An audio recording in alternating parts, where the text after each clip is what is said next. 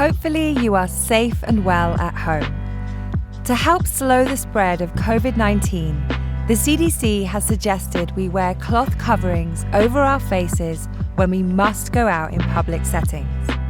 So grab a bandana or cloth square that can be washed after each use, 2 hair ties or rubber bands, and let's make a mask together.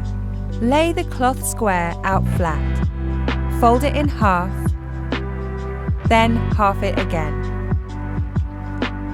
Take one of the hair ties or rubber bands and wrap around the cloth, pulling it through the center of the hair tie or rubber band. The hair ties or bands should be about 6 inches apart. Now, fold the outer edges of the cloth in, layering on top of each other. Pick up the bands on either side and wrap the bands around your ears.